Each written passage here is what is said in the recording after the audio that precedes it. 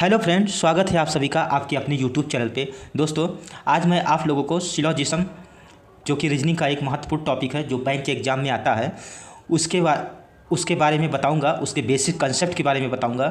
तो दोस्तों, वीडियो को शुरू करने से पहले आप लोग से मेरा एक निवेदन है कि आप लोग वीडियो को अंत तक देखिएगा और ध्यान से सुनिएगा, ध्यान से समझिएगा, तभी आप लोगों को ये समझ में आएगा। अन्यथा ये ऐसा टॉपिक है कि ये सर के ऊपर से जाएगा, कुछ भी समझ में नहीं आने वाला है। दोस्तों, सिलोजिज्म का जो शाब्दिक अर्थ, हिंदी अर्थ होता है तर्कपूर्ण न्याय। अब न्याय शब्द जहाँ भी जुड़ता है, परिभाषा में बता रहा हूँ आप लोगों को, न्याय शब्द जहाँ भी जुड़ता है तो ये अपने आप में आप लोग समझ ही सकते हो कि कितना बड़ा टॉपिक हो जाता है। बट हमें उतना नहीं पढ़ना है, हमें इस टॉपिक में पीएचडी करने नहीं बैठना। हमें क्या पढ़ना है? हमें सिर्फ इतना पढ़ना है कि बैंक के एग्ज़ाम में जो क्वेश्चन आते हैं, जितना आता है बस उतना ही पढ़ेंगे, उतना ही पढ़ेंगे, तभी सही रहेगा, नहीं तो ये कंफ्यूज करेगा। अब बैंक के एग्ज़ाम में क्या आता है दोस्तों? प्री के एग्ज़ाम में ये 5 नंबर का आता है, किसी भी शिफ्ट में आ सकता है, और जब आता है तो 5 नंबर देखे जाता है। ये किस तरीके से आता है दोस्तों, मैं सुनिए इसको। एक स्टेटमेंट दिया होता है और कंक्लूजन दिया होता है, तो स्टेटमेंट के आधार पर हम कंक्लूजन निकालते हैं, जो निकलता है उसी को मार्क हम टिक करते हैं। इस तरीके से ये होता है। अब वही जो है स्टेटमेंट जो आते हैं, वो स्टेटमेंट कितने तरीके के आते हैं, हमें उतना ही पढ़ना है और ज़्यादा कुछ नहीं पढ़ना है। अब मैं बताता हूँ कि स्टेटमेंट कितने तरीके से, कौन कौन से स्टेटमेंट आते हैं। जैसे पहला स्टेटमेंट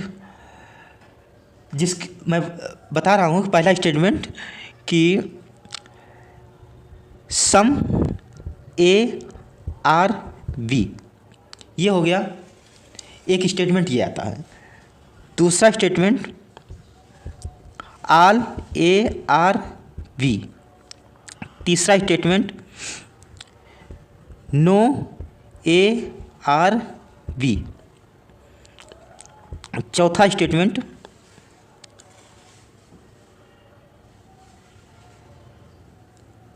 स्टेटमेंट एक होता है only a few, A are B. और एक स्टेटमेंट और होता है, पांचवा statement only A are B. अब ये 5 स्टेटमेंट होते हैं, इसके साथ एक स्टेटमेंट और भी होता है, वो होता है सम ए आर नॉट बी। दोस्तों, हमारे बैंक के एग्ज़ाम में इसी 6 स्टेटमेंट के इर्द गिर्द सवाल घूमते हैं। इसी 6 स्टेटमेंट के हम लोग समझ गए अगर, तो हम पूरा सिलोजिज्म के जो बेसिक कॉन्सेप्ट होता है सिलोजिज्म को समझ जाएंगे। तो इसी को समझते हैं। अब इसको समझने के लिए कोई तरीका होगा, तो तरीके तो कई होते हैं। जब मैं पढ़ रहा था तो 2-3 तरीके मुझे मिले, बट क्या है कि जो हम अप्रोच कर सकते हैं, जो अप्रोचेबल हो, उसी को हम पढ़ते हैं। वो होता है वेन डायग्राम। वेन डायग्राम के आधार पर हम इसको बनाते हैं, और जैसा स्टेटमेंट जो कहता है उसको वेन डायग्राम में बनाते हैं, और उसी के आधार पर फिर हम निष्कर्ष को निकालते हैं। तो ये होता है। अब देखिए, सम ए आर बी का वेन डायग्राम पे हम बनाएंगे तो कैसे बनेगा, यहाँ पे बनाता हूँ, इसको अलग करके दिखा देता हूँ। पहला इस तरीके से, पहला क्या है, सम ए आर बी। तो इसका डायग्राम कैसे बनेगा? इसका डायग्राम इस तरीके से बनेगा, सम ए आर बी, मतलब ए का थोड़ा सा हिस्सा बी में है। अब यहाँ पर कंफ्यूजिंग क्या होगा? अब यहाँ पे ये है कि बी भी, जो बी का थोड़ा हिस्सा वो भी ए में है, बट हमें उसको नहीं देखना है। हमें क्या देखना है कि स्टेटमेंट में जो कह रहा है, स्टेटमेंट में यही कह रहा है कि सब ए आर बी, तो हम ए वाले को लेकर चलेंगे कि थोड़ा सा ए बी है, थोड़ा सा बी ए में है, ये तो है, बट हमें जो स्टेटमेंट कहा गया उसी को लेकर चलेंगे कि सब ए आर बी। ये हमारा डायग्राम बना। अब दूसरा डायग्राम बनाते हैं। दूसरा डायग्राम क्या कह रहा है, all A are B. All A are B का मतलब कि जितना ए है, ए का पूरा हिस्सा बी में है। इसका डायग्राम ऐसे बनता है, आल ए आर बी, पूरा ए बी है। तीसरा डायग्राम बनाते हैं। तीसरा डायग्राम है नो ए आर बी, मतलब ए का कोई भी हिस्सा बी नहीं है। ए का जो है कोई भी हिस्सा बी नहीं है। अब बी का भी कोई हिस्सा ए नहीं है, ये तो है, पर स्टेटमेंट में यही कहा गया है कि ए का, तो हम ए से ही लेकर चलेंगे। अब इसका चौथा डायग्राम बनाते हैं। चौथा डायग्राम क्या है? Only a few A are B, मतलब थोड़े से ए जो है वो बी है, ए का थोड़ा सा हिस्सा बी में है, बट ओनली या फ्यू लगा होने के कारण इसके कहने का मतलब यहाँ पे ये हो जाता है कि ए का थोड़ा सा हिस्सा बी नहीं है। मतलब ए का इतना हिस्सा बी है, पर ये जो बचा हुआ हिस्सा है वो बी नहीं है। और एरो मैंने ए के तरफ से लगाया है, तो इसका ये मतलब हो जाता है कि ए के तरफ से होगा, मतलब ए के तरफ से जो हिस्सा नहीं है वो ए के तरफ से नहीं है, बी के तरफ से पूरा हिस्सा हो सकता है। इसको कन्फ्यूजिंग नहीं करते हैं, और ये जो स्टेटमेंट में कहा गया उस आधार पर डायग्राम तक ही सीमित रहने देते हैं। ए का थोड़ा हिस्सा बी में है, थोड़ा हिस्सा बी में नहीं है।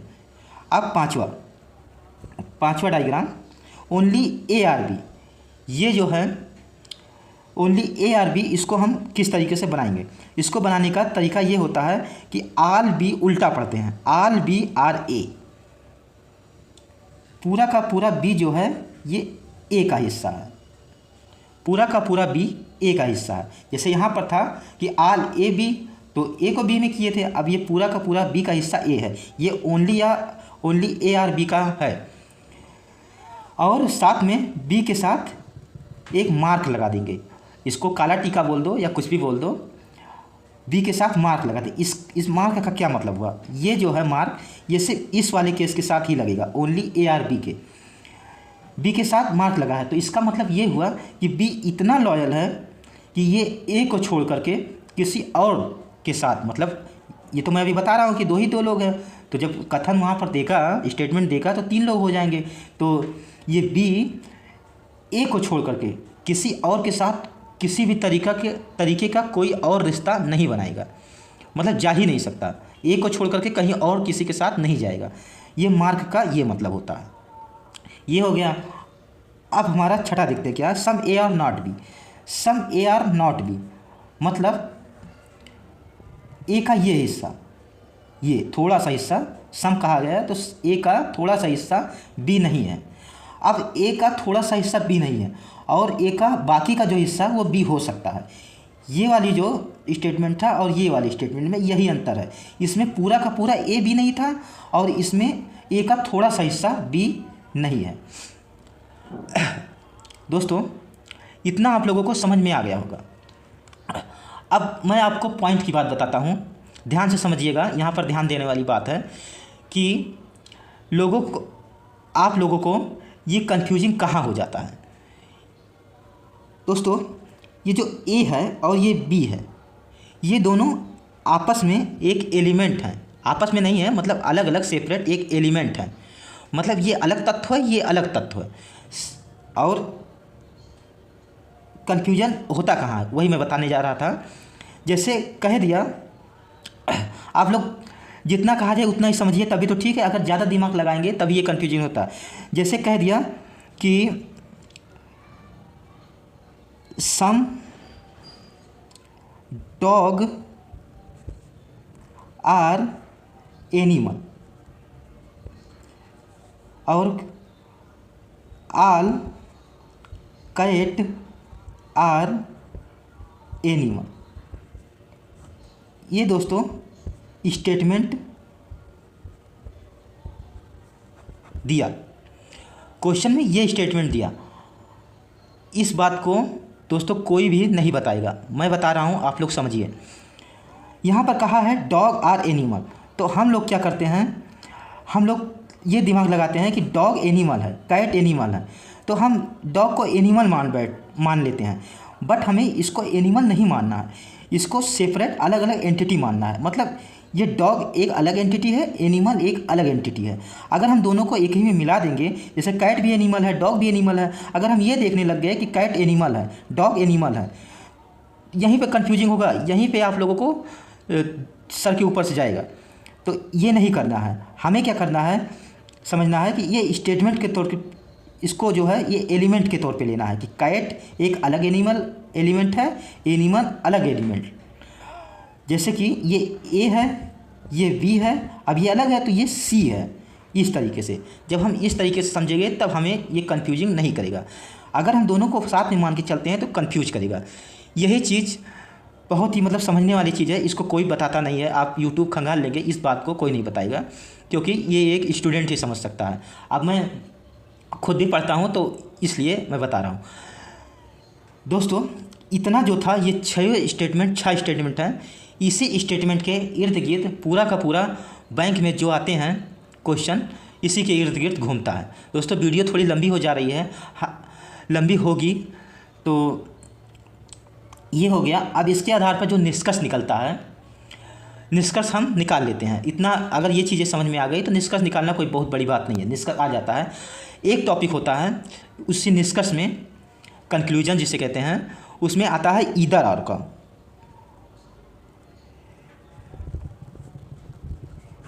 ये ईदर और का जो केस होता है, इसको मैं समझा दे रहा हूँ आप लोगों को, क्योंकि इस इतना समझने के बाद यही समझने वाली चीज़ है और बाकी उसके बाद प्रैक्टिस करने की ज़रूरत है। अब ईदर और क्या होता है? ईदर और का मतलब होता है विरोधाभास। हिंदी में विरोधाभास मतलब कि या तो ये या तो ये। यहाँ पर विरोधाभास शब्द का यूज होगा, या तो ये, मतलब कंप्लीमेंट्री पेयर। अब कंप्लीमेंट्री पेयर क्या होता है? संपूरक जोड़ी। दोनों बात एक ही है, चाहे विरोधाभास कहिए चाहे कंप्लीमेंट पेयर संपूरक जोड़ी करिए। अब ये क्या चीज़ है, इस थोड़ा टॉपिक से हट के बता दे रहा हूँ। इसका मतलब होता है कि एक सिक्के के दो पहलू, मतलब अगर हेड है तो टेल है, अगर ये नहीं है तो ये नहीं होगा। इसका मतलब ये है, हमें अपने जीवन में भी ऐसे ही तलाश होती है कंप्लीमेंट्री पेयर की, और वो हमें इस जनरेशन में, कहना नहीं चाहिए पर इस जनरेशन में और इस उम्र में तो नहीं मिलने वाली है। वो मिलता है जा कर के बुढ़ापे में, जब दोनों एक दूसरे के कंप्लीमेंट्री पेयर हो जाते हैं। उसको इसकी ज़रूरत होती है, उसको इसकी ज़रूरत होती है। ये है हमारे जीवन का मूल तत्व। चलिए ये टॉपिक से हटके था, अब टॉपिक पे आते हैं। ईदर और का केस कैसे कैसे बनता है? ईदर और का केस बनाने के लिए दोस्तों आपको 3 तरीके से ईदर और का केस बनता है। ये चीज़ आप समझ लीजिए। पहला क्या होगा, माफ़ कीजिए दोस्तों, पहला होता है सम नॉट। ये एक चार्ट है, और आल। दूसरा होगा सम और नो, और तीसरा होगा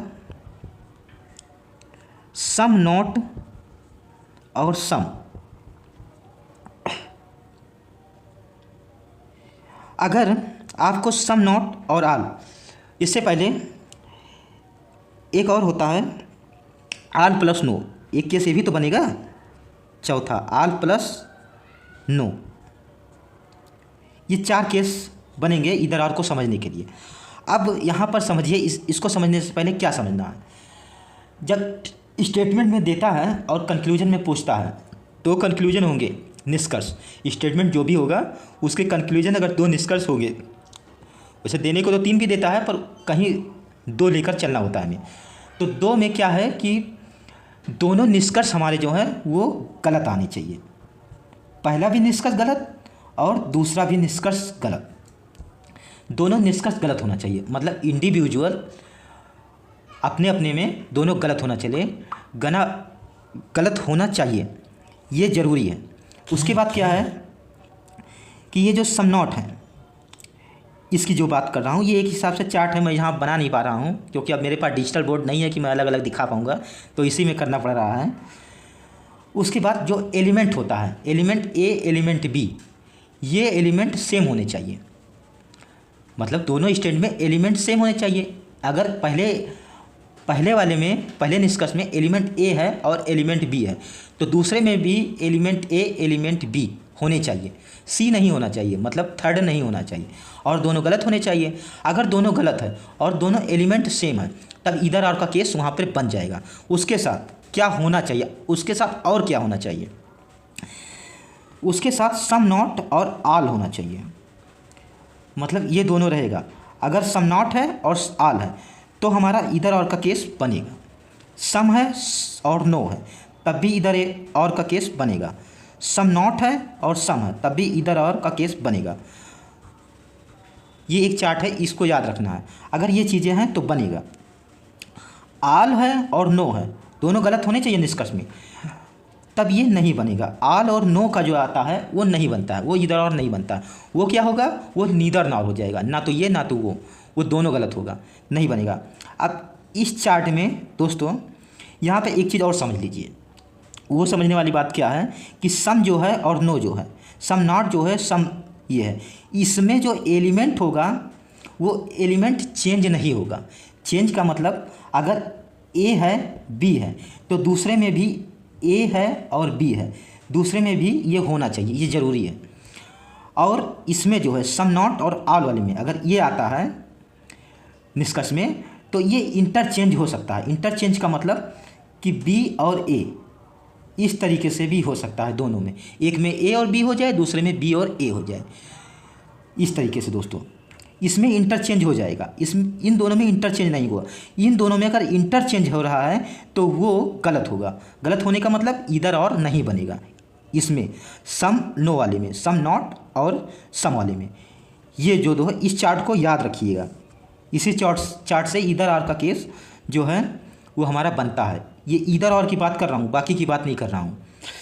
और इसमें इंटरचेंज हो जाएगा और इसमें नहीं बनेगा। ये चारों बातों को याद रखना है। अब उम्मीद करता हूँ दोस्तों कि आप लोगों को इतनी बातें मेरी समझ में आ गई होगी। अगर समझ में आ गई है तो आप लोगों को अब इसके अलावा कोई और दुनिया जहान की वीडियो देखने की ज़रूरत नहीं है। कुछ बातें हो सकती है समझ में ना आई हो, जैसे इधर और में जैसे ये जो बात मैंने किया, ये मैंने क्या कहा, ये मैंने इतना ही कहा है कि दोनों गलत होने चाहिए और जो एलिमेंट होगा वो सेम होने चाहिए। तीसरा एलिमेंट नहीं होना चाहिए। एलिमेंट ए बी होना चाहिए, दूसरे में भी ए और बी होनी चाहिए कंक्लूजन में। पहले कंक्लूजन में ए और बी और इंडिविजुअल कंक्लूजन गलत, दूसरे में ए और बी और वो भी इंडिविजुअल गलत, ये होना चाहिए। इसका मतलब ये होगा, समझ में आ गया होगा। और ये सम नॉट और आल अगर रहेगा तो बनेगा, सम नो रहेगा तो बनेगा, सम नॉट रहेगा तो बनेगा। इसका इंटरचेंज हो जाएगा, एलिमेंट हो सकता है। इन दोनों में एलिमेंट इंटरचेंज नहीं होगा। अगर ए और बी रहेगा तो ए और बी ही दूसरे में रहेगा। अगर बी और ए पहले में रहेगा तो दूसरे में बी और ए रहेगा। बट पहले वाला जो ये वाला केस मैंने बताया, इसमें इंटरचेंज हो सकता है। मतलब बी अगर पहले आया तो दूसरे में बी आ सकता है। इतना मतलब था ये कहने का मतलब। अब मैं क्या कह रहा था कि अगर आप लोगों ने इतनी बातें समझ ली, बेसिक कंसेप्ट, तो आप लोगों को अब दुनिया जहान की वीडियो देखने की ज़रूरत नहीं है। फिर भी मैं मना नहीं करूँगा, कुछ लोगों को डिजिटल बोर्ड पे देखना होगा। मेरे पास नहीं है तो मैं नहीं बता सकता, यही है तो मैं यही बता रहा हूँ। इसके बाद आप लोगों को सिर्फ और सिर्फ प्रैक्टिस करना है। प्रैक्टिस जैसे जैसे करते जाएंगे समझ में आता जाएगा। कुछ स्टेटमेंट ऐसे रहेंगे जो प्रैक्टिस के साथ ही समझ में आएगा। यहाँ पर थ्योरेटिकल नहीं बता सकते। अब अगला पार्ट जो होगा वो मैं प्रैक्टिस ही कराऊँगा। अगला पार्ट मैं आप लोगों को प्रैक्टिस कराऊंगा। ये पहला था, इसमें मैंने बेसिक बताया है। इतना ही बेसिक है बैंक एग्जाम में आने के लिए, इसके सिवा और कोई भी बेसिक इसका नहीं है। ये कंफ्यूज करता है, स्टेटमेंट बनाने में कंफ्यूज करता है, बस और कुछ भी नहीं है इसमें। इतना अगर अच्छे से समझ में आ गया तो पूरा सिलोजिज्म आप लोगों को समझ में आ गया। रही बात मेंस की, तो मेंस में कोडेड आते हैं। कोडेड उसमें कुछ नहीं है, ये समझ में आ गया तो वो कोडेड में दे देगा। जैसे ये जो सम ए आर बी दे रहा है तो इसको कोडेड भाषा में दे देगा, कोई भी कोड बना देगा, जैसे डॉलर बना देगा, सिंबल, कुछ भी सिंबल बना सकता है, वो कोडेड में दे देगा। बस ये होता है मेंस का। इतना समझ में आ गया तो वो तो समझ में आ ही जाएगा, ज़रूरी है ये समझना। अब आप लोगों को अगर समझ में आ गया हो तो वीडियो को लाइक करिए, चैनल पर नए आए हो तो चैनल को सब्सक्राइब करिए। दोस्तों लाइक और सब्सक्राइब करने के लिए मैं बाद में बोलता हूँ, एकदम लास्ट में, शुरू में बोलने का कोई मतलब नहीं है, क्योंकि जो अंत तक आएगा उसी को पता होगा, उसी को पसंद आएगा। जिसको पसंद शुरू में नहीं आया वो क्या ही लाइक शेयर करेगा। लाइक और शेयर करने से ये भी हकीकत बता दूं, कुछ नहीं होता है। होता क्या है, यूट्यूब का एल्गोरिदम पकड़ता है, जिससे वीडियो और लोगों तक पुश होती है। अब जब वीडियो और लोगों तक पुश होगी, ज़्यादा लोग देखेंगे तो मुझे उसके अकॉर्डिंग मुझे मोटिवेशन मिलेगा। अगर मोटिवेशन मिलेगा तो मैं और वीडियो बनाऊंगा। जाहिर सी बात है कि कुछ लाभ होगा तभी इंसान काम करेगा, नहीं लाभ होगा तो मैं किस लिए काम करूँगा, मैं अपनी तैयारी में लगा रहूँगा। तो ये हकीकत है। जो सब कहते रहते हैं लाइक करो लाइक करो लाइक करो, तो लाइक करने से यही होता है कि एल्गोरिदम यूट्यूब का पकड़ता है और लोगों तक वीडियो को पुश करता है। दोस्तों समझ में तो आ ही गया होगा, मैंने समझाने की अच्छे से कोशिश की है। अब अगला जो पार्ट होगा या जो भी होगा, अब मैं आप लोगों को सिर्फ और सिर्फ इसके क्वेश्चन करवाऊंगा, प्रैक्टिस कराऊंगा, या आप लोग भी कहीं से भी पीडीएफ से प्रैक्टिस कर सकते हैं बस, और कुछ भी इसमें करने की ज़रूरत नहीं है। अब प्रैक्टिस का क्या है कि जितना प्रैक्टिस करेंगे उतना समझ में आएगा। धन्यवाद दोस्तों, मैं मिलूँगा अगले क्लास में। Thank you so much.